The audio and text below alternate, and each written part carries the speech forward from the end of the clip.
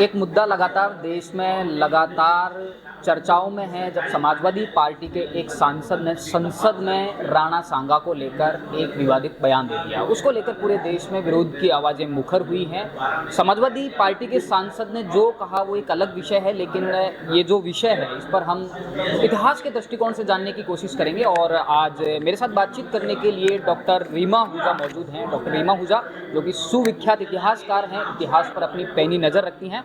Ma'am, आपका बहुत बहुत स्वागत है। और आपने सुना होगा वो स्टेटमेंट जो एक समाजवादी पार्टी के सांसद का आया है, तो समाज को ये जानने का हक है कि मतलब एक इतिहासकार का जो दृष्टिकोण है वो इस बयान पर क्या सोचता है। ठीक है, देखिए, इतिहास जो है वो प्रमाण पे चलता है। आंखों देखी पे अगर कुछ लिखा हो या कुछ अंकित हो, टंकित हो, किसी पुस्तक में हो पुरानी, तो वो प्रमाण हमारे को नहीं मिलता कि राणा सांगा ने कुछ ऐसा पत्र लिखा। हाँ, ये कहानी ज़रूर मिलती है, बाबर की तरफ से भी वो कहानी सुनने को मिलती है।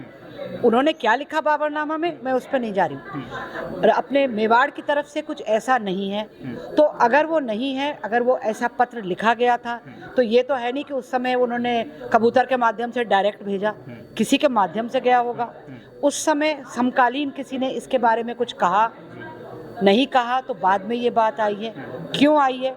क्योंकि जैसे कि कई लोग कहते हैं कि राणा सांगा ने तो इब्राहिम लोदी को पहले ही परास्त किया हुआ था, बल्कि दिल्ली के सुल्तान, कई जगहों के सुल्तान को मेवाड़ के लोगों ने, मेवाड़ के राज और उनकी सेना ने परास्त किया हुआ है। तो अब उनको दिल्ली की सल्तनत के लिए किसी और की आवश्यकता क्यों पड़ रही है, ये बात आती है। ये भी प्रमाणित है कि इब्राहिम लोदी के खुद के दरबार के लोगों ने, उनके रिश्तेदारों ने, दौलत लोदी, आलम लोदी ने ये निमंत्रण एक तरह से भेजा कि भाई इस राजा को, इस सुल्तान को तुम हटा दो। और फिर उनका तो यही उम्मीद थी ना कि बाबर वापस चला जाएगा। कहीं उस काल में राणा सांगा की बात, महाराणा सांगा की बात इससे नहीं जुड़ी है कि उन्होंने किसी भी व्यक्ति को आमंत्रित किया हो, और वो भी एक ऐसे क्षेत्र के लिए, दिल्ली के लिए, जो उनके राज्य का हिस्सा नहीं है। ये सीधी बात आती है। तो एक बात चलती है कि बाबर ने खुद ने अपनी आत्मकथा में इस बात को लिखा है कि राणा सांगा का एक दूत उनके पास में आया, तो उस बात पे थोड़ा सा आप। ठीक है, आया था, उसके बारे में कोई भी चीज़ हमको मेवाड़ साइड से नहीं मिलती है, और वो भी बाबरनामा में मिलती है, तो वो अपने आप को भी दिखाना चाहेंगे। फिर जो काल है, जिस काल में उन्होंने लिखना शुरू किया और जिस काल में वो पुस्तक समाप्त हुई, तब तक खनवा का युद्ध हो चुका था, और उसके बाद राणा सांगा की मृत्यु भी हो गई। तो अब तो आप बाद की चीज़ में तो कुछ ही कह दो ना। अब मैं तो यही कह दूं कि मेरे को किसी ने 15 करोड़ की कोठी दी है, अब वो कहाँ है, मैं रह रही हूँ क्या उसमें, है ना? तो मैंने अपने मुंह से तो कुछ कह दिया, पर कहीं वो चीज़ दिखनी भी चाहिए। उनके काल में अगर कोई आया था, तो क्या उस समय किसी लाहौर के व्यक्ति ने, किसी दिल्ली के व्यक्ति ने, किसी मेवाड़ के व्यक्ति ने, किसी और जगह पे ऐसी बात आई है? अब ये मुझे मालूम है कि क्योंकि ये इतिहास में ये बात आ जाती है बाबरनामा की, तो मेवाड़ के इतिहासकारों से भी ये बात बार बार पूछी गई है, और वो भी यही जवाब देते हैं। उनका उत्तर यही है कि भाई कोई ऐसा प्रमाण नहीं मिला है कि ऐसी चिट्ठी भेजी गई हो। अच्छा, भेजी गई होगी, किसी जगह लिखी गई होगी। अगर वो एक मौखिक रूप से भेजी गई, तो जो गया उसका रास्ता भी होगा। दिनचर्या लिखे जाते थे। मेवाड़ के बहीड़े हैं, यहाँ पे अपना रोज का, हर जगह, हर राज्य का एक सिस्टम था लिखने का। मुगलों के नहीं भी रहा हो, बाबर के नहीं भी रहा हो, दिल्ली के था, यहाँ था, तो कहीं ऐसा प्रमाण मिलना चाहिए ना कि आज ये दूत इस दिशा में गया। वो भी नहीं मिलता है। हाँ, कि दूसरे ऐसे संदर्भ मिल जाएंगे, किसी दूसरे राजा ने, किसी बादशाह, सुल्तान को, वो चीज़ें मिलती हैं, वो पूरा सिस्टम मिलता है। ये बहुत बड़ी बात है कि ऐसा कोई प्रमाण नहीं मिलता कि कौन सा दूत किस दिशा में गया, लेकिन उस दूत का नाम क्या था। नहीं मिलता, ऐसा प्रमाण नहीं मिलता कि कौन सा गया। दूसरी चीज़ क्या है कि हमको इतना लंबा इतिहास है इस देश का कि अब हमें आदत पड़ गई है ये कहना कि ये हमने कहीं पढ़ा है या सुना है, और आधी चीज़ें हमारी किंवदंती पे, सुनी सुनाई पे, क्योंकि मौखिक परंपरा भी अपने आप में अहमियत रखती है। हर चीज़ मौखिक में गलत नहीं है। तो कहीं उन्होंने सुन लिया, उस चीज़ को वो चीज़ आगे कंठस्थ हो गई, उस चीज़ को किसी और ने लिख दिया। लिखने वाले भी बहुत हैं, टूरिज्म गाइड्स जो होती हैं उसमें कई चीज़ें ऐसी लिखी जाती हैं, तो ऐसी चीज़ मिल मिला के जो है ये बन जाता है। मैम, खानवा का युद्ध तो बाद में हुआ, ऐसा नहीं, अब ये नहीं पता ना कि बाबरनामा में उन्होंने वर्णन किया है युद्ध का, लेकिन बाबरनामा संपन्न कब हुई? दरअसल जो बाबरनामा में जिक्र की बात आती है वो कुछ इस तरह से है, एग्जैक्ट मुझे नहीं मालूम, लेकिन इस तरह से है कि बाबर राणा सांगा पर रोष प्रकट करता है कि वो अभी तक मेरे से आके मिला नहीं और उन्हें काफिर कह के संबोधित नहीं, करता है। वो ठीक है। मेरी बात ये है, कोई भी पुस्तक है कभी तो उस पर पूर्ण विराम लगा है, लेकिन पूर्ण विराम लगने से पहले कितना काल लगता है लिखने में। ये इनके मरणोपरांत भी छपी हो, इस पे भी इतना काम तो मेरा नहीं है, किसी का भी हो। रोष प्रकट करता, मैंने भी ये बात सुनी है, पढ़ी है, पर मेवाड़ की तरफ से ये बात नहीं आई है। तो अब तो यही चीज़ है ना, एक कह रहा है कि भाई ये क्रिकेट मैच मैं जीता हूँ, दूसरा कह रहा है ये क्रिकेट मैच मैं जीता हूँ। इतनी साधारण चीज़ नहीं है ये और गहरी चीज़ है, क्योंकि इसमें बहुत पहलू आ जाते हैं। पूरे एक राजनीति के पहलू आ जाते हैं, एक विजेता जो अपने क्षेत्र का मेवाड़ का राजा है, सम्राट है मेवाड़ का, उसको ऐसी क्या आवश्यकता है? इसमें एक और जो समझने की चीज़ है कि जिसको समझना चाहिए, तत्कालीन इतिहासकार हो या फिर बाद के इतिहासकार, राणा सांगा को उस वक्त का सबसे शक्तिशाली शासक, कि राणा सांगा से ज़्यादा शक्तिशाली कोई भी शासक नहीं था।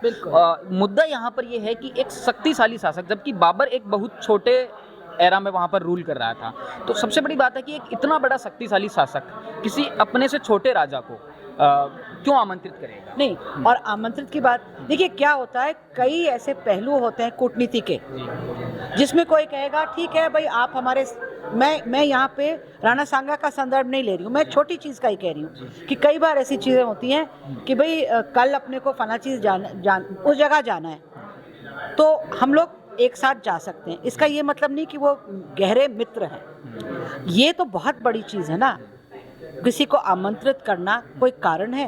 कोई कारण नहीं आता है कि ऐसी क्या कारण है कि एक समरकंद और काबुल का, समरकंद से निकले हुए काबुल में बसे हुए को आप विशेष महत्व दे रहे हो। विशेष महत्व देना है तो आपके लोकल राजाओं के साथ आपकी क्या संधि है वो देखिए।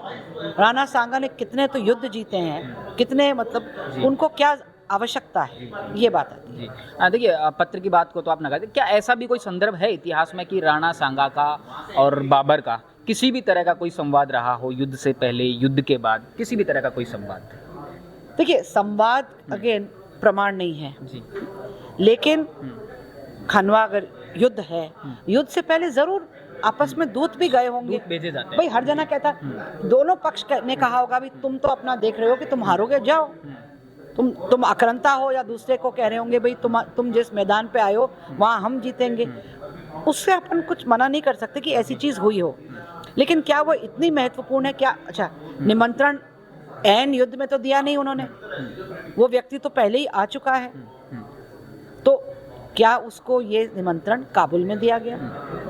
पढ़ा मैंने भी है, क्योंकि ये क्या होता है 20वीं शताब्दी की पुस्तकों में भी ये बात आ जाती है, लेकिन प्रमाण अभी तक किसी ने नहीं दिया। ठीक बात है। मैम, एक बहुत बड़ा सवाल है कि इतिहास दरअसल तथ्यों पर चलने वाला सब्जेक्ट होना चाहिए, नहीं भी है जी, तो होना चाहिए। नहीं, लेकिन आप जिस तरह से देखती हैं कि राजनेता इतिहास को अपना एक हथकंडा बना लेते हैं, अपना एक प्रोपेगेंडा बना लेते हैं, एक बतौर इतिहासकार आप इस विषय पर क्या सोचती हैं? क्या नेताओं को इस तरह की बयानों से बाज आना चाहिए, या फिर क्या लगता है आपको? नहीं, देखिए वो खुद ही जानते हैं क्या करना चाहिए, पर बहुत साल पहले एक बड़ी मशहूर पिक्चर बनी थी, कई भाषाओं में अनुवाद भी हुआ, वो क्लियोपैट्रा को लेकर बनी थी, जिसमें एलिजाबेथ टेलर थी, और एक उसका दृश्य मुझे अभी भी याद आता है कि जिसमें मिस्र की ओर से उनका जो दूत गया था रोम, वो कह रहा है कि हम तुमसे युद्ध नहीं चाहते हैं, लेकिन रोम के जो बाशिंदे हैं वो भी पता नहीं क्या चाहते थे, उनका जो सेनेट है, उनकी जो उस तरह की संसद है, वो चाह रहे थे कि युद्ध हो। ठीक है, तो उनका एक नेता उन्हीं सीढ़ियों पे, सेनेट की सीढ़ियों पे खड़ा होकर कहता है मिस्र कहाँ है? तो लोग इशारा करते हैं मिस्र की ओर, वो कहता है नहीं, और वो इशारा करता है दूध की ओर और अपने बर्छे से भाले से उसको मार डालता है। अब आपने क्या किया, आपने दूध की हत्या की, परिणाम क्या होगा, युद्ध हुआ। तो कोई भी चीज़ है उसका परिणाम आगे का सोच के ही चलना चाहिए। बाकी ये लोग सियाने हैं, सभी सियाने हैं, ऊंचे ओहदे पे कि ऐसे इंटेंशनली ऐसे स्टेटमेंट नहीं, अपन ये क्यों सोचे, क्योंकि मैं तो ये कह रही हूँ ना, इनमें भी खुद की अपनी बुद्धि है, विवेक है, ऐसे पद पर हैं तो जरूर पद की गरिमा रखते हुए सब कुछ करते होंगे, अपन यही माने। ठीक है। तो हमारे साथ इतिहासकार डॉक्टर रीमा आहूजा थी, जिन्होंने इस विषय पर हमसे बात की, तथ्यात्मक बातचीत की। डॉक्टर रीमा आहूजा राजस्थानी नहीं अपितु पूरे हिंदुस्तान की जानी मानी इतिहासकार हैं। अनेकों किताबें इन्होंने इतिहास पे लिखी है। कल जिस तरह से एक समाजवादी पार्टी के सांसद ने बयान दिया उसकी पूरे देश में निंदा की जा रही है, लेकिन सबसे बड़ी बात यह है कि इस पर तथ्य क्या कहते हैं, और तथ्यों के विश्लेषण करने के लिए डॉक्टर रीमा आहूजा से हमने बात की। मैम, आपका बहुत बहुत आभार। वीडियो जर्नलिस्ट मालचंद गोस्वामी के साथ थिंक 360 के लिए लोकेंद्र किलानौत, जयपुर।